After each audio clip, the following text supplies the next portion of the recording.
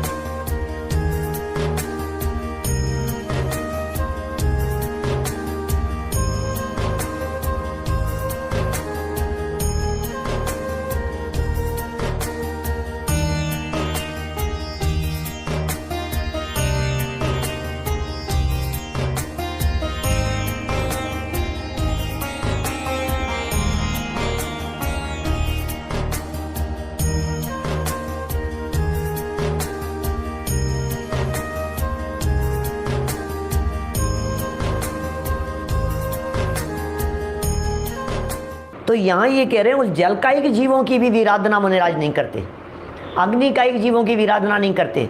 मुनिराज जमीन नहीं खोदेंगे, मुनिराज जमीन को ठोकेंगे नहीं, मुनिराज जमीन को खोदेंगे नहीं, मुनिराज घास के तिनके पर पाँव रखेंगे नहीं, मुनिराज अग्नि जलाएंगे नहीं। अरे जलाना तो दूर की बात, किसी के आहार चर्या के लिए यदि वे आते हैं और यदि कहीं अग्नि जली हुई दिखाई दे देती है, इतने मात्र में अंतराय जान करके छोड़ करके चले जाते हैं। भाई साहब ये क्या कह रहे हैं? पानी से गीली जमीन में गमन नहीं करते क्योंकि वे पृथ्वी जल के कारण सचित्त है। इसका मतलब ये महाराज उस जल से गीली जमीन के ऊपर गमन नहीं करते होंगे, इसलिए इतनी दृढ़ता से इस प्रकार की बात लिख रहे हैं। चलिए आचार सार में क्या लिख रहे हैं? अभी तक तो बात हो गई है, कितनी महत्वपूर्ण बात यहाँ लिख दी है। सारद्राम करदम शैवालय जल पुष्य फला विलाम इलाम त्यक्त्वा कुरानिक प्राणी बीज व्रजाकुलाम। आचार सार पंचम अध्याय का 73 नंबर का श्लोक है। मुनिराज गीली भूमि, हो क्या कह रहे हैं भाई साहब? आचार सार में लिख रहे हैं, ये सूर्य सागर जी महाराज अपने माथे पर नहीं ले रहे हैं बात, ये खुद के मर्जी से नहीं लिख रहे हैं कुछ भी चीज़, यह आगम प्रमाण है, ये प्रमाण प्रस्तुत कर रहे हैं। ये क्या बोलो?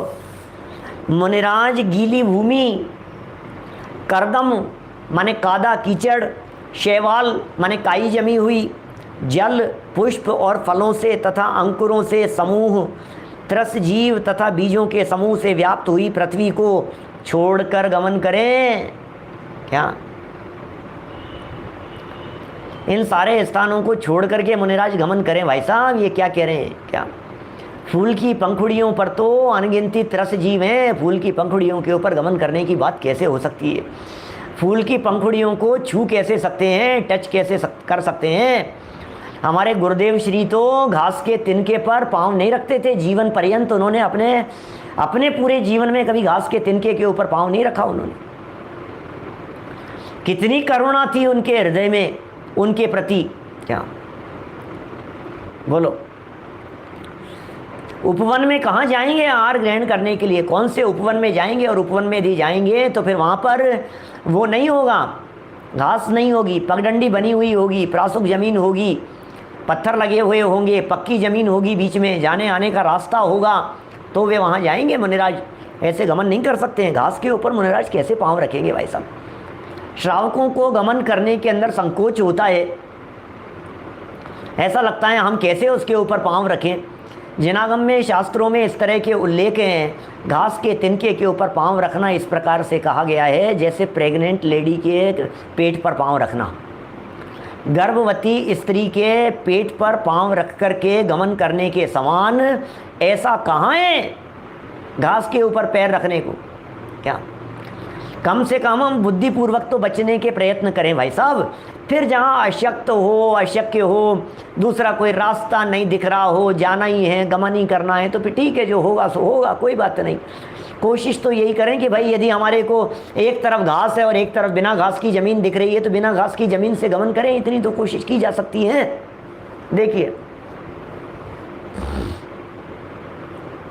देखिए क्या कह रहे हैं कह रहे हैं गमन करते समय यदि रास्ते के अंदर अचानक कोई गीली ज़मीन दिखाई देवे तो गमन करते होंगे, प्रायश्चित लेते होंगे, उसका प्रतिक्रमण आदि करते होंगे, सदोष मानते होंगे उस चीज़ को।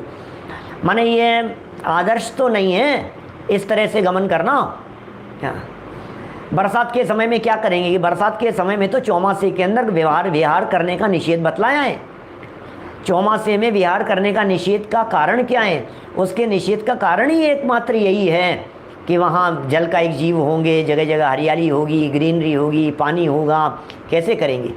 क्या कैसे गमन करेंगे? भगवती आराधना के ईरिया समिति के प्रकरण में 1191 की टीका में निम्नलिखित पंक्ति है।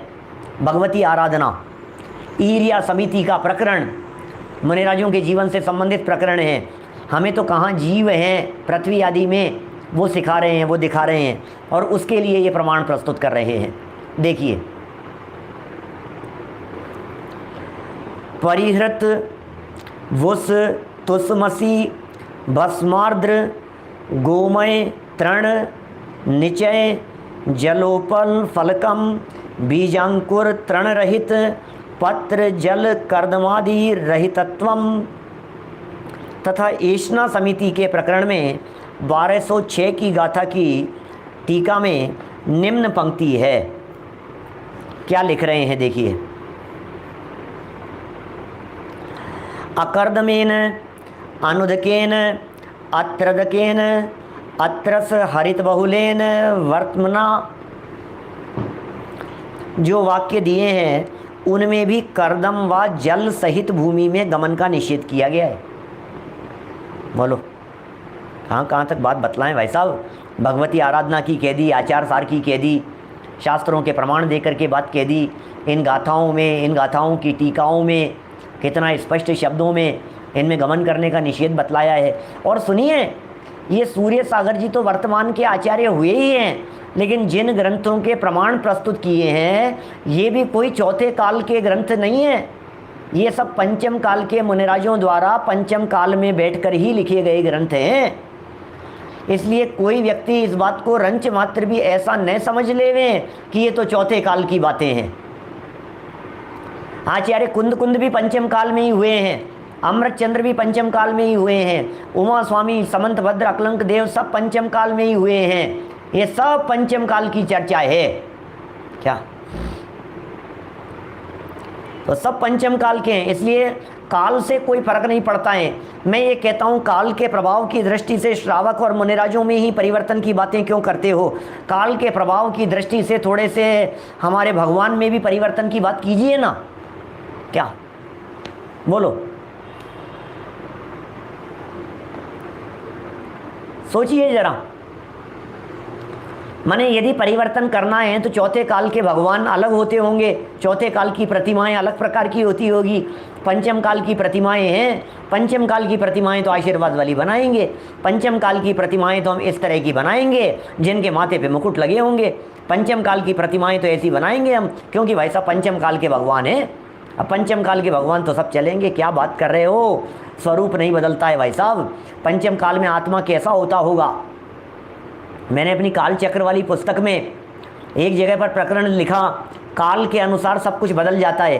फिर अंत में प्रश्न उठाया कि क्या काल के अनुसार सब कुछ बदल जाता है?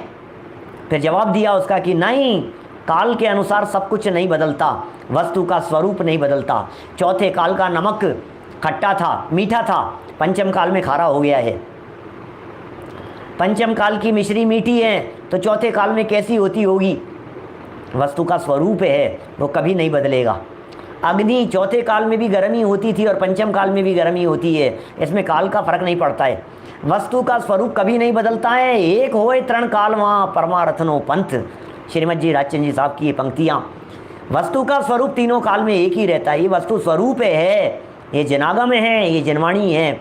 यहाँ देव शास्त्र गुरु का स्वरूप कभी नहीं बदल सकता है, इसलिए बदलने की चेष्टा नहीं करें। श्रावकों का स्वरूप बदल जाएगा क्या? पंचम काल के श्रावक हैं तो इतना कह दें, पंचम काल के श्रावक तो रात को 10 बजे तक खा सकते हैं, ऐसा बोल दें। में आप क्या चाहते हैं? क्या बोलो?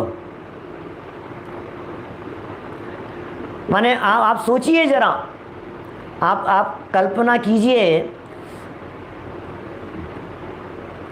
क्या हम इस पंचम काल में कि चलो महीने में एक बार तो, पंचम काल के श्रावक है, महीने में एक बार तो आलू खा सकते हैं। अब रोज़ रोज़ मत खाना भैया, तुम पंचम काल के हो, तुम्हारे को इतनी छूट दे रहे हैं, महीने में एक बार खा सकते हो। अरे क्या बात कर रहे हो? पंचम काल का श्रावक है चाहे चौथे काल का श्रावक है, अष्टमूल गुणों के पालन किए बिना श्रावक संज्ञा होती ही नहीं है। ऐसा कैसे चलेगा? जचे जैसा परिवर्तन कर लेंगे, नियमों में फेरफार कर लेंगे, ऐसा नहीं चलता है। ये धर्म है, यहाँ छूट नहीं चलती है। क्या पंचम काल है भाई साहब, 24 की जगह 25 तीर्थंकर मान लो। अरे थोड़े से तो बढ़ा लो पंचम काल में, थोड़े से, बहुत समय से कोई नया भगवान नहीं आया है। वो कह गए कौन? कांजी भाई। कौन से कांजी भाई? OMG पिक्चर में, उस मूवी में आई थी चर्चा। काफ़ी लंबे समय से कोई नया भगवान नहीं पैदा हुआ है, चलो एक काम करो, इनको ही भगवान नाम से, कांजी को ही भगवान नाम से बना दो। क्या कर रहे हो आप? किसको क्या भगवान बना रहे हो? भैया स्वरूप चल रहा है। देखो जरा क्या कह रहे हैं, जो वाक्य दिए हैं उनमें भी कर्दम व जल सहित भूमि में गमन का निषेध किया गया है। देखो मेरी हिम्मत नहीं है, सच कहता हूँ मैं, यदि ये पंक्तियाँ यहाँ लिखी नहीं होती तो मैं एक शब्द भी नहीं बोलता। क्या हम होते कौन हैं एक शब्द भी बोलने वाले? किसी की निंदा का सवाल नहीं है, किसी की आलोचना का सवाल नहीं है। क्या हम किसी की निंदा नहीं करेंगे, हम किसी की आलोचना नहीं करेंगे, हम किसी के ऊपर उंगली नहीं उठाते हैं, हम किसी के ऊपर दोषारोपण नहीं कर रहे हैं। हम तो यहाँ जो शास्त्र में लिखा है उस शास्त्र को निकाल रहे हैं, निकाल करके पढ़ रहे हैं। हाँ, अब यही हो सकता है कि आप शास्त्र ही नहीं मानो तो कौन सा शास्त्र नहीं मानोगे भाई साहब? आपको तो देव मान नहीं रहे हो, गुरु मानोगे नहीं, शास्त्र मान, क्या सब कुछ नहीं, मत मानो, आप तो सब खत्म कर दो। आप कुंदाचार्य देव के शास्त्रों को मत मानो, फिर मूलाचार को मत मानो, फिर भगवती आराधना को मत मानो, फिर वट्टकेर आचार्य को मत मानो, फिर आचार सार को मत मानो, फिर वसुनंदी श्रावकाचार्य को मत मानो, फिर कुछ मत मानो आप। फिर क्या करना है? ऐसे मनमानी करने वालों का क्या होता है बतलाओ कि साहब हम नहीं मानते, हम नहीं मानते, हम नहीं मानते। मत मानो भैया, कौन कह रहा है तुम्हारे को मानने के लिए? तुम मत मानो, फिर कर्म भी नहीं मानेंगे। तुम शास्त्रों की नहीं मानोगे, कर्म तुम्हारी नहीं मानेंगे। बस तुम जीवों की भी आराधना करते हुए नहीं डर रहे हो, कर्मों के माध्यम से तुम्हारी तहस नहस होगी स्थिति, और नरक निगोद में एक इंद्रिय विकलत्रयों में चले जाएंगे। और क्या होगा, क्या कहें? और देखिए यहाँ पर शास्त्राधार से पंक्तियाँ लिखी हैं, क्या पढ़ें जरा। यहाँ पर शास्त्राधार से यही निश्चय होता है कि इस योनिभूत दोष का संबंध, योनिभूत माने जन्म लेने वाले, जहाँ जीव जन्म ले सकते हैं, उसका संबंध वनस्पति के और उसमें भी केवल उगने की शक्ति के धारक बीज से ही है, ना कि जल से। क्या ठीक है ना? ऊपर जो बीजांकुर, तृण रहित, पत्र, जल, ये सब जो ऊपर जो शब्द लिखे थे ना, उनकी बात कह रहे हैं ये। मूलाचार पंचाधिकार गाथे तेरे की टीका में यह स्पष्ट किया है कि सरित सागर, देखना कितने कितने शब्द दिए हैं, मूल ग्रंथ की पंक्तियां पढ़ रहा हूँ। सरित सागर, हृद, कूप, निर्जर, घनोद्भवाकाशज हिमरूप धूमरूप भूम्युद्भव चंद्रकांतज वन वातादि अपकायिका अत्रैव अंतर्भवती थी। अर्थात इन वाक्यों से नदी, समुद्र, तालाब, कुआं, निर्झर आदि के सब जलों को जल जीव बतलाकर उनकी रक्षा का उपदेश दिया गया है। बोलो क्या कह दिया है? इन सब की रक्षा का उपदेश दे दिया। ये सब जल जीव हैं। क्या कह दिया इन्हें? ये सब कुआं, निर्जर, तालाब, नदी, समुद्र, नदियाँ, झरने झर रहे हैं, पानी बह रहा है बहुत तेज़ गति से, बोले सब में जल जीव बतला दिए हैं और उनकी रक्षा करो भैया, जल जीवों की रक्षा करो, जल में रहने वाले जीवों की रक्षा करो। इन सब प्रमादों से यह भली भांति सिद्ध है, प्रमाणों से, सॉरी, इन सभी प्रमाणों से यह भली भांति सिद्ध है कि जल को छानने से भी वह सचित्त ही रहता है। माने जल का एक जीव है, जल को छान लिया फिर भी वो सचित्त ही रहता है, क्योंकि वो जल का एक है। गृहस्थ अपने पद के अनुसार उसको उपयोग में लाते हैं। गृहस्थ अपने पद के अनुसार उनको उपयोग में लाएंगे, किंतु यह उक्त शास्त्रीय प्रमाणों से निश्चित है कि छना हुआ पानी कदापि अचित्त नहीं है। पानी को छान लिया उसे अचित्त नहीं कह सकते हैं। कल मैंने आप लोगों को यह भी कहा था क्या कि प्रक्षाल के समय भी प्रासुक जल उपयोग में लिया जाना चाहिए। और प्रासुक शब्द का अर्थ हमने ऐसा किया था कि या तो क्योंकि उसमें लवंग वगैरह नहीं डालना, जो प्रतिमाओं के प्रक्षाल के लिए जो जल प्रासुक करने की बात है वो उष्ण किया हुआ ही होना चाहिए, क्या गरम किया हुआ ही होना चाहिए, है ना। और क्योंकि उसमें यदि वो गंध वगैरह मिल गई होगी ना तो फिर वो प्रतिमा के ऊपर डालना योग्य नहीं है, उससे प्रतिमा में दोष लगता है। यदि वो किसी तरह की गंध, सौंफ, लौंग वगैरह यदि डाल दी है आपने, लवंग वगैरह डला हुआ जल यदि आपने इस तरह से प्रासुक किया है तो आप उस जल को सामग्री धोने वगैरह में तो उपयोग में ले सकते हैं, है ना। जल, चंदन, अक्षत, पुष्प, नैवेद्य, दीप, धूप, फल, इनमें तो उपयोग में ले सकते हैं उसको, उस पानी को। लेकिन जब तक श्री जी के प्रक्षाल का जहाँ सवाल है वहाँ वो इस तरह का जल उपयोग में नहीं लिया जाएगा, वो गर्म किया हुआ जल ही उपयोग में लिया जाएगा। तो पद के अनुसार उपयोग में लाना चाहिए। अचित्त किया हुआ जल, सचित्त जल जो है, छना हुआ जल, उसमें जल का एक जीव है, और अचित्त जल में जल का एक जीव भी नहीं है, क्योंकि जिसमें जल का एक जीव है वो भी अचित्त कैसे हो सकता है? जिसमें भी जल का एक जीवों का सद्भाव है वह अचित्त कैसे होगा? क्या देखिए, किंतु सचित्त ही है, उसमें योनिभूतपना भी नहीं है। योनिभूतपना क्या होता है? योनिभूतपना क्या चीज़ है? योनि कहा है उत्पत्ति स्थान को, बर्फ़ को शीत योनि कहा है, फ्रीज को शीत योनि कह करके पुकारा गया है ना। अग्नि है जलती हुई तो उसे उष्ण योनि कह करके पुकारा गया है। जहाँ गर्म प्रदेशों के अंदर जीव जन्म लेते हैं, गर्म स्थानों पर, वो उष्ण है, शीत, उष्ण, ये 6 प्रकार के भेद बतलाए गए। सचित्त, अचित्त, मिश्र के भेद से फिर वो 9 कर दिए। मैंने इस तरह से ये भेद बतलाए हैं, क्योंकि क्या कह रहे हैं? योनिभूतपने का संबंध वनस्पति के तथा उसमें भी केवल उगने की शक्ति के धारक बीज से ही है, जल से नहीं है। माने ये जो योनिभूतपना जो कह दिया गया है ना, इसका मतलब उसमें जीव उत्पन्न होने की शक्ति है, जीव पैदा होने की शक्ति है। माने यदि उबाला हुआ पानी है तो फिर उसमें जीव को उत्पन्न करने की शक्ति नहीं है। यदि उसको 6 घंटे की मर्यादा वाला बना लिया है तो फिर उसमें नए जीव आकर के उत्पन्न होने की शक्ति नहीं है। लेकिन छने हुए जीव पानी में भी, क्योंकि वो छने हुए पानी के अंदर तो दोबारा आ जाएगा, फिर उसमें तो अंतर्मूर्त के अंदर दोबारा जीव आ जाएगा। सचित्त तो है ही ना, वो खुद तो सचित्त है ही। देखिए और भी कहते हैं इसी संबंध में, और बात कहते हैं गोमटसार जीव कांड का प्रमाण दे रहे हैं यहाँ। बीजे जोणी भूदे जीवो चकम दे सावे अनणोवा जेवी मूला दिया ते पत्ते आ पड़म पाए। गोमटसार जीव कांड की 189 नंबर की गाथा है। क्या?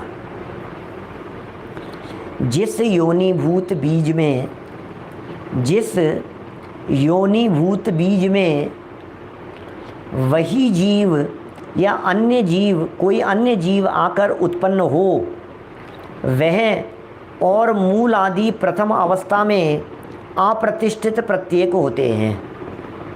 देखो ये क्या कह रहे हैं, अप्रतिष्ठित प्रत्येक की बात कह रहे हैं, जिसमें वही जीव या अन्य जीव कहीं से आकर के उत्पन्न हो, ऐसी बात कह रहे हैं। और या फिर मूल आदि की बात करो, जड़ वगैरह इस तरह की बात करो, ये सब प्रथम अवस्था के अंदर अप्रतिष्ठित होते हैं।